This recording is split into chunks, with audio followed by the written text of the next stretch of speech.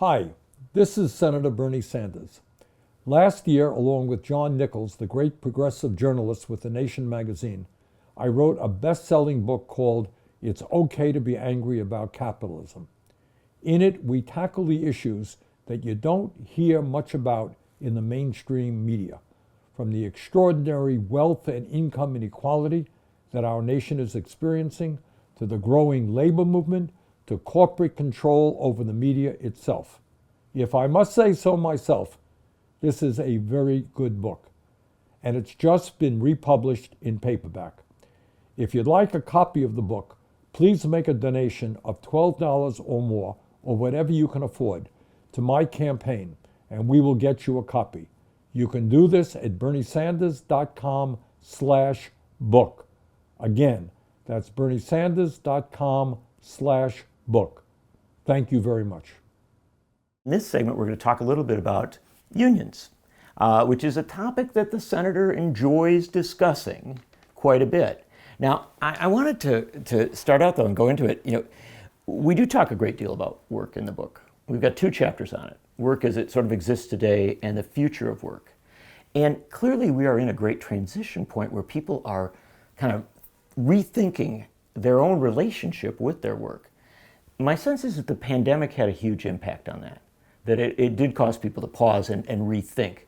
And I'm wondering if you think that really it was out of the pandemic that we in many ways laid the base for this incredible rise in trade union organizing, but also a rise in rethinking how many hours a week we should work and things like that. Well, I do think so, John. I don't know that the pandemic alone is the cause of all of this transformation, but it's an important fact. What does that mean when we talk about the pandemic and work?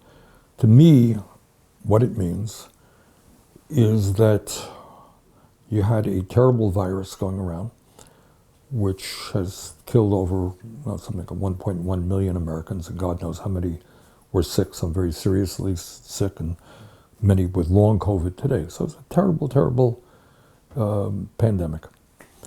And in the midst of the pandemic, you had 2 realities. For working class people, if they wanted to feed their families, there wasn't much choice. You had to go out, go into the factory and work. You had to go into the office and work. You had to drive the bus. You had to be a cop. You had to be a firefighter. You had to go out and work, even though you might get sick in the process. And I talked to I did a piece on bus drivers at the early stages of the pandemic, where there were bus drivers who were saying they slept in their cars when they weren't driving because they didn't want to go home. They knew they were getting sick. Yeah. And they didn't want to go home and get their families. And we think about, the nurses and the doctors who were treating patients in hospitals without protective equipment, literally putting their lives on the line. So you had one reality that working class people had no choice. You want to feed your family, you go to work. Then there's another reality, that if you're a CEO or a wealthy person, you're going to stay away from other people. You're not going to get the virus. You're going to do your work virtually. You're going to do it on your computer, maybe at home, maybe in a nice isolated office. You're going to protect yourself. So you have a situation where tens and tens of thousands of workers died because they had no choice. They had to go to work to feed their families. And I think that was kind of a wake-up call about the nature of the economy today. And people then starting to say, what is the meaning of my life? Is that really all that I want to do, et cetera, et cetera. But I think that was, to my mind at least, the major wake-up call and message of the pandemic. And an awful lot of working class people, they made it through, the ones who survived the pandemic. And for a while there, they were being told they were essential workers. They were being told that they were really, heroically saving the country. But then when they went back into their workplace, into the store, into the factory, wherever, they were told, well, yeah, you're really essential, but we're not going to raise your pay. We're not going to give you better working conditions. And my sense, I think it's something we talk about a good deal in the book, is that a lot of those people, like a light bulb went off, says, well, maybe we ought to be in a union where we can actually make those demands. Well, I remember exactly what you were saying. We did an event here in D.C. with people who worked in nursing homes. Now, try working in the nursing home in the midst of COVID. And many of the aides certainly got sick and some died. And that's exactly what they were saying. They go to work under very dangerous conditions. They were regarded as heroines and heroes, and yet they're still making 14 or 15 bucks an hour. And their work was not rewarded as the pandemic phased out. But I think on top of all of that, and I think the COVID pandemic was an accelerator in the process, Sure. but not the end. I think here's the reality that, again, we don't talk about very much in American society. It's an unbelievable reality. And that is, over the last 50 years, from 1973 to today, 51 years, despite all of the revolutions we have seen in technology and worker productivity, think how different the world was. I became mayor of Burlington, Vermont in 1981. There was not a computer in the building. Nobody had cell phones. Nobody had emails. I think we still use mimeograph machines or something. And think about the explosion of technology, and yet that average American worker in real inflation accounted for dollars is worse off than he or she was 50 years ago, while the people on top are making out like bandits. Massive transfer of wealth from working class to the people on top. So I think all of these things, people saying, look, I'm working, my kid is like, I'm going nowhere, I'm living paycheck to paycheck. My kid likely will have even a lower standard of living. My daughter can't afford, housing. My son is paying off his student debt. What's going on? Why is that? So you're seeing people take a hard look at unions in America and beginning to understand that if you're alone, there's a limit to what you can accomplish at the workplace. When you organize with your brothers and sisters who are on the job, and you sit down and you negotiate a decent contract, you can have a much better opportunity to earn decent wages and good working conditions and benefits. And you like it when unions are not just present, but when they are on the march, when they are organizing, when they're building into something. And I remember, it was funny, we were doing something as regards this paperback edition that was just coming out. We were going to get together in Burlington to work over a chapter of it, because we added some new chapters to the book. And then you said, well, I can't meet today because the UAW is going on strike. I've got to fly to Detroit. And yeah, I mean, you could have waited a day, but no, you had to be there the day that they went out. And to you, I think this is very exciting to you, to see this moment that we are in where unions are actually... It is. It's, look, I don't have to explain to any of our viewers or people listening, these are really, really challenging times. I mean, whether it's climate change or a dysfunctional healthcare system or the child care crisis, the housing crisis, you name it, we're dealing with it. But there is one very good piece of news, and that as working class people all over this country, from young people at Starbucks to veteran unions like the UAW and the Teamsters, who have new leadership, by the way, and that's part of it. Workers said, we're tired of the old leadership. They gave us very bad contracts, sold out in many respects. We want new leadership, and they got new leadership. And people like Sean Fain in the UAW, and Sean O'Brien in the Teamsters, and Sarah Nelson in the flight attendants, and many others. Mm-hmm. These are a new generation of union leadership that is now prepared to stand up to corporate America and say, you know what, you're going to give our members a decent paycheck and good working conditions. And that's something new. And it is transformative. It is enormously important for the future of this country. And they're also making bigger and bolder and frankly more adventurous demands, right? They're not, it isn't just the standard, which is totally fine, by the way, better pay, better working conditions in the job as it's now defined. They're actually talking about redefining the job, right? To seize technology and make it work for workers. And one of the things that was striking about the UAW strike was that on their list of demands was a 32-hour work week, which was ridiculed by much of the business press and business TV commentators and stuff like that.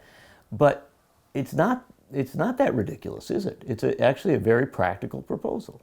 Look, nobody knows what the full extent of artificial intelligence and robotics will be. Nobody can predict that. But everybody knows that it is going to be absolutely transformative. So if you're out there listening or watching this, there is an excellent chance that the job you have today may not be there in 10 or 20 years, will look very, very different than it looks right now. That's all. Everybody knows that. So the question, the very simple question is, if artificial intelligence and robotics and other technologies are going to transform the economy, who benefits and who loses? So if I'm an employer and I give you a tool that makes you more productive, do I say, hey, John, look, I got a machine now that could do your work. Here's a gold wristwatch. Thank you very much for your service. I don't need you anymore because I got a machine that could do what you do. Or John, or is the alternative to say that we have new technology that increases worker productivity and workers are going to benefit from that? And I say, well, John, you know what? It's a machine that does a lot of work. You only have to work 32 hours rather than 40 hours, and you're going to get the same pay. And you're going to have more time for your family, more time for leisure, more time for education. So this struggle about who benefits from the transformative technologies that are out there is going to be a very central theme in the coming years. And one of the things we talk about in the book, and we use a lot of examples from other countries around the world. And in Germany, they've been planning for this for quite a while. They've had multiple kind of assessments of how this is going to change society, to have all this technological change, robotification, AI, etc. And they already have a number of industries that are going to or exploring the 32-hour week. Right. It's eminently sensible. And if you want to take it a step further, and there's some people who've been writing about this, if you think about human history, it's always been a struggle. I mean, from earliest days, people hunted and gathered and fished just to feed their families. Survival. We now are at a moment, because of this explosion of technology developed by the human mind, where so much work can be done by machines. And that means the opportunity really to go a very long way to limiting poverty or eliminating poverty, to making life much more productive and enjoyable than it is. We can be thinking in the years to come about working families no longer having to work to survive, that people actually can have the time to enjoy life to its fullest in a way that we can't today. But it could go the other direction. It could be a hell, because, and we actually see that in some industries, where you've got the machinery, you've got the robotification, and human beings are expected to keep up with. Amazon would be a good example. Amazon, I'm talking exactly about Amazon. Yeah. And so you end up in situations where instead of getting any benefit from this technological progress, people are actually forced to work harder for less. And the corruption of our political system is that there's not even, well, maybe there is the beginning of a debate about who controls this technology and who benefits from the technology. The general ideology out there right now says, look, hey, I'm a CEO, we just purchased all this technology, we're going to apply it, hey, you have nothing to say about it, we benefit, you don't, right? And that's got to be changed, because this is an extraordinary moment of huge potential, or as you indicated, can be devastating harm to working people. The other thing I want to say, I want to go back to unions. Mm-hmm. Well, because unions come in big here. Well, of course unions come in. Unions are the means by which workers will get a seat at the table to determine how this new who benefits from this new technology. But there's something else. We've talked about a nation facing a mental health crisis, a crisis of loneliness, of alienation, and so forth. And what unions do, and I've seen this time and time again, is you have people coming together to say, okay, how do we work together to raise our wages? General Motors made huge profits last year. How do we get our fair share? And suddenly workers are not just recipients. They're not just at the... They're not begging. It's not only begging, they're not only just receiving, they are telling. Right. And in that process, people become more human. They're saying, look, what do we need? How do we do it? What's our tactics? So when people are standing together, that in itself improves the quality of life for people, I think. We're not just cogs in a machine. We're not just people who take what the boss gives us. We are human beings to say, by the way, this is what we want.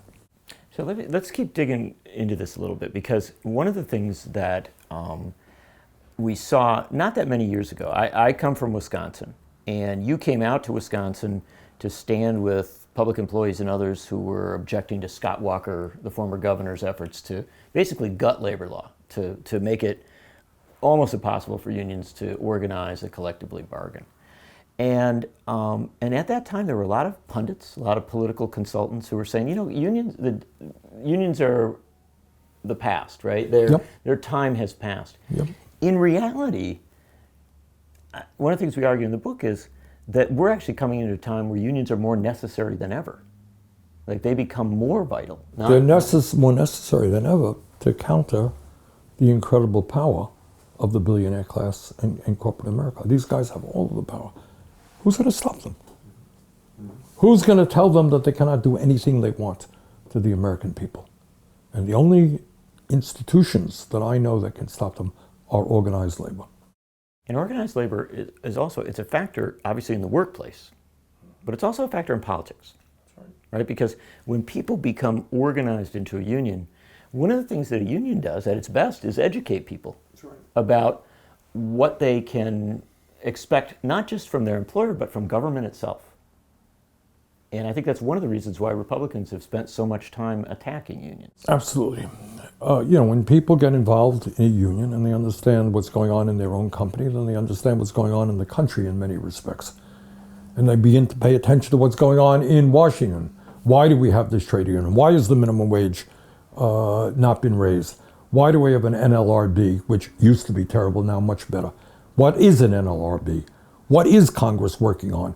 Why is it that a good part of my paycheck is going to healthcare when other people in other countries have guaranteed healthcare through national healthcare programs? These are the questions that begin to arise and workers are beginning to think about. So we're talking about the contemporary moment. How did you connect in with unions?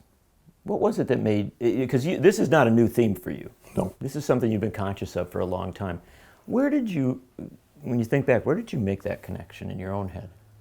Well, I hate exploitation. I hate people with power picking on people who don't have power. I hate employers exploiting workers. And obviously the antidote to that is unions. And when I was a student at the University of Chicago, actually, I got a job with the Packing House Workers of America. You remember that? United Packing House Workers, one of the most progressive unions in American Run history. by a guy named Ralph Helstein at the time. Yes, indeed. And his daughter was actually a classmate of mine at the University of Chicago. And Charlie Hayes, who That's was right, Charlie Hayes. Great leader of the union, who went on to be Congress. elected to Congress. Yeah, I knew Charlie. Yeah. Yeah. And helped Harold Washington get elected mayor of Chicago. There you go. All right. And the Packing House Workers are a good example of a union, my God. The working conditions and Yeah, I bet you a lot of people who are listening don't know about it. Explain what it's like to work in a packing house. Well, as somebody who's worked in a packing house for 30 but years. you were working with the union. But you should Well, tell look, people, these are, you are butchering up animals. That goes on today in meat packing plants. This is not a pleasant job. It is an unhealthy job. It's a dangerous job. And people are terribly underpaid. But, with the packing, and then you had in Chicago at that time, without going into labor history. a little bit. All right, you had, often you had people from, Poland were there. You had people from Eastern Europe were gravitating there. You had blacks who were there. So what they had, people speaking all kinds of languages. So the union had to translate all this stuff, bring people together in a common front against the employer. But, what happened in the 30s, the growth of trade unionism in America, as you mentioned a moment ago, certainly became political. If you think that Roosevelt's transformative legislation during the 30s was by accident, it wasn't. These were the demands often made by the unions. So what you saw is ordinary people standing up to incredible power and saying that in solidarity, united, we can do well for our families. We got to come together. And the hurdles, and not only all of the power of corporations. We remember the thugs from Ford Motor Company beating up Walter Reuther and these guys who were trying to organize, but saying, you form a union, your job is gone.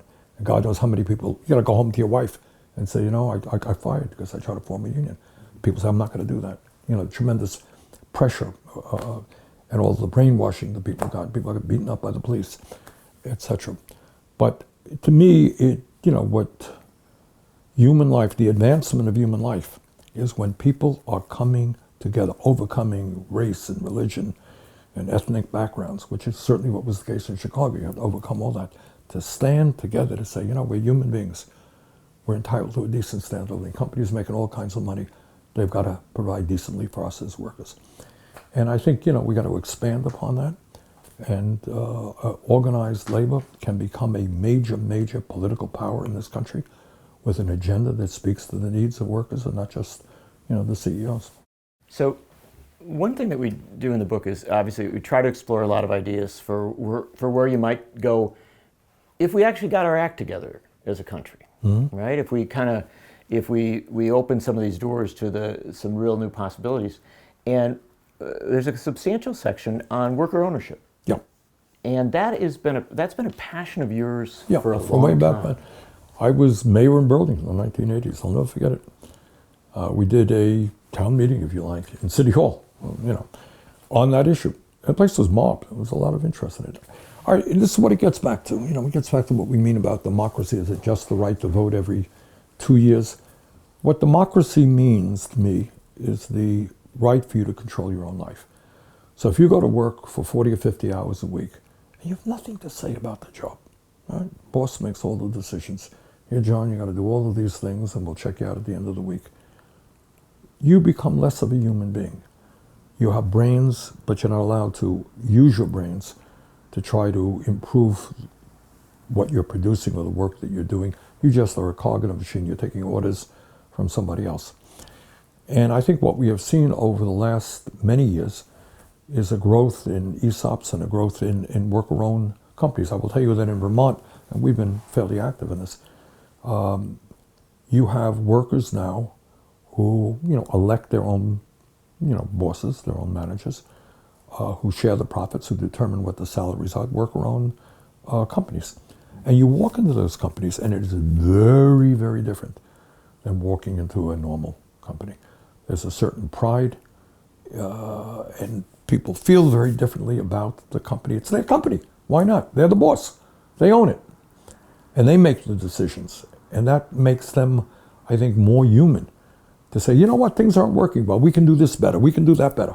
Let's talk about it, rather than somebody on top making that decision. So, what democracy is about is not just voting every 4 years.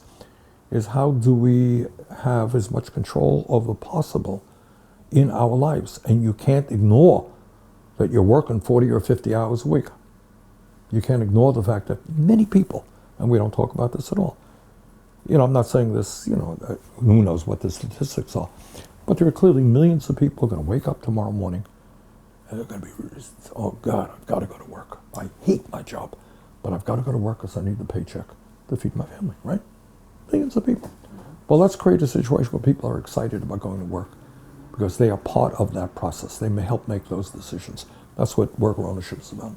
And it's these employee stock ownership plans, right? They can operate on a lot of different models. And we don't have to go into the details of it, but that's, so there's really a couple ways where you can get a better control of your work life. One is to have a very strong union, right? And that can really counterbalance the company. Another is to actually own your company, right? To run it and stuff like that. And one of the things we're trying to do, we've had some success, is provide money. We have legislation in which is half passed. It's authorized, not yet funded, for employee ownership programs, which says right now you have many 67-year-old people who started their own company. Now they got 50 employees, and they want to retire. And maybe they don't have kids that they're going to give the business to. They would just as soon give it to their employees. Many of them have worked for them for years.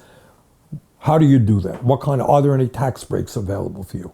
So we're trying to help make small, medium-sized businesses understand how they can transfer the business to their own workers. And that actually, it for communities around this country, that might save a local industry that otherwise could disappear. Right. If you own your own business, you're not going to take it to China or Mexico, right? Let me ask you one other aspect of work, which is not often brought into discussions like this, but you have always understood, partially because you represent Vermont in the U.S. Senate, is that a portion of Americans' working class is farmers and people who work on farms. And a lot of the policy of this country has been very oriented toward big ag, toward very, very powerful interests as regards our food systems and that.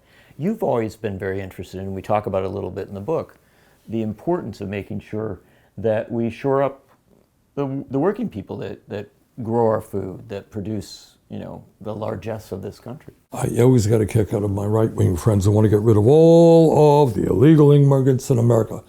Well, if they did that, price of food would triple the next day or something like that. Because who do they think are doing the work? I remember I was out in Immokalee, Florida. You know where that is? I do. It's a little town down on Lake. It's on. Sean, you're one of the 3 people in the world outside of Florida who knows where Immokalee is. One of the persons in the world who actually wrote about it when you went there. Maybe that helped. Yeah. And this was years and years ago, and we did a hearing on it. These were mostly undocumented workers who had no power. Man, were they exploited. They'd sit in the fields for hours if it rained, and they didn't get paid for it, and they got paid minimally. The housing was absolutely disgusting. I think we have some impact in improving life there a little bit. But it is not only the farm workers in America, people that Cesar Chavez talked about and helped organize. It is, family farms. Working farmers. And one of the things that's very sad, whether it's your state of Wisconsin or my state of Vermont, is we're seeing, family-based agriculture going under and being replaced by fewer and fewer, larger and larger corporate entities. And, you talk to young people who grew up on family farms, there are worse lives than growing up on a family farm. There's a lot to be said for that. So I hope that we can continue to support family-based agriculture no matter, what the product that people are producing may be. It's good for communities, and also, and that takes you to the issue of nutrition and making sure that our people not only have enough food, but have good quality food, which is also often locally grown, hopefully organic type of products. When we talk about a farmer labor movement, right, where we bring farmers and workers together, it should be in the contemporary moment, but it actually, in many senses, recalls a century ago when you had people like Eugene Victor Debs and Robert M. La Follette and others going out and saying that we've got to organize in this way. And in the book, Debs comes up quite a bit because he's always been something of a hero of yours. He was a labor leader. Well, let me stop and say this. I wonder how many people, people who are listening to this or seeing this. Debs, who is Eugene V. Debs? Yeah. Well, way back when, in the 1970s, before I was mayor of Burlington, I was speaking to some class or something, and I asked people, "You ever hear of Eugene Debs?" Not a hand. I think it was the University of Vermont. And not a hand went up. No one had heard of him. So I went out and I did a video, very, very, what's the word, non-sophisticated, rudimentary. Rudimentary is the word, video. But it was good, it was okay. But you have somebody like Eugene Debs, who was a great, great American hero. A guy who was a member way back in the 1880s, 1890s of the American Rail Union, helped bring workers in the rail industry at that point, a huge number of workers together into a big union, was involved in the great Pullman strike, and then helped form the Socialist Party and ran for president 5 times, I think from 1896 through, 1912? 1900 to 1920, my friend. 1920, yeah, okay. Last time. He did it from jail. That was 1916 when he was in jail. Trust me. Okay. And he ran. Why did he go to jail? Well, tell the listeners. He went to jail because he spoke out against World War I. He didn't go to jail for one of the reasons that Trump might go to jail. A very different reason. Different. Trump goes to jail. Well, he's not going to go to jail, but is indicted because all of his greed and illegal behavior. Debs went to jail because of his opposition to World War I. Mm-hmm. He stood up and without going into all the details, was arrested, sent to Terre Haute.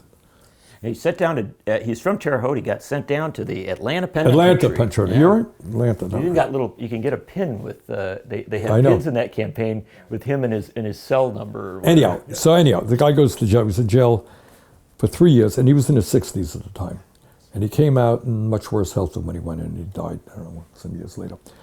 But this was a guy who was almost like a Christ-like figure. And the people who knew him, everybody loved him. And he'd give you the shirt off of his back. And he helped organize workers. And he did the right thing by opposing a war that probably the United States should never have gotten into in the first place. Is a life that people should know about, and in my view, really respect. So that's why I did the video on him, and why we talk about him in the book. And he had a great line. He said, and I'm just paraphrasing, but it was, if I could lead you into paradise, I wouldn't do it, because if I could lead you in, somebody else could lead you out. And his basic message there was, and I think it's also been a message of yours throughout your career, that people need to learn about the issues, but then they need to do it themselves. They have to organize them. Right. You don't need great leaders. You need great mass movements of people. And out of those, mass movements will become leaders who are accountable to an educated and organized organization. The other thing about Debs, which always moves me, actually is a little bit of a film clip about it. He was such a decent human being. Guy goes to jail. And when he leaves, he's walking out of the prison in Atlanta. I don't know if you remember this. All of the prisoners are banging their tin cups against the bars, thanking him. Can you imagine that? Guy's in jail, guy's in his 60s, and he was so loved by the prisoners. His humanity really came across that all these prisoners are just, and it was a very moving moment for him as well. But what your point is well taken. Debs never wanted to be a quote-unquote great leader. What he wanted to do is develop a movement of people who would stand up and fight for their rights. That's a very good point at which to circle around this segment and to tell people that they should stick with us, because we just talked about a great figure in American history. Tell them to buy the book too. Well, it makes a fine holiday gift. But we're talking about a great figure in American history, Eugene Victor Debs, who went to jail for speaking out in a time of war and dissenting and raising real questions about where the United States was headed. And the next segment we're going to do is going to look at the bipartisan foreign policy consensus in the United States and how an awful lot of people are saying maybe it's time for us to make a big change in that. So I hope you people mean will that stick with us. bipartisan consensus, which is almost always wrong? Yes, that is the Oh, one. that's the consensus you want? That's All the right. one we'll be discussing. If you'd like a copy of the book, please make a donation of $12 or more, or whatever you can afford, to my campaign, and we will get you a copy. You can do this at berniesanders.com/book. Again, that's berniesanders.com/book. Thank you very much.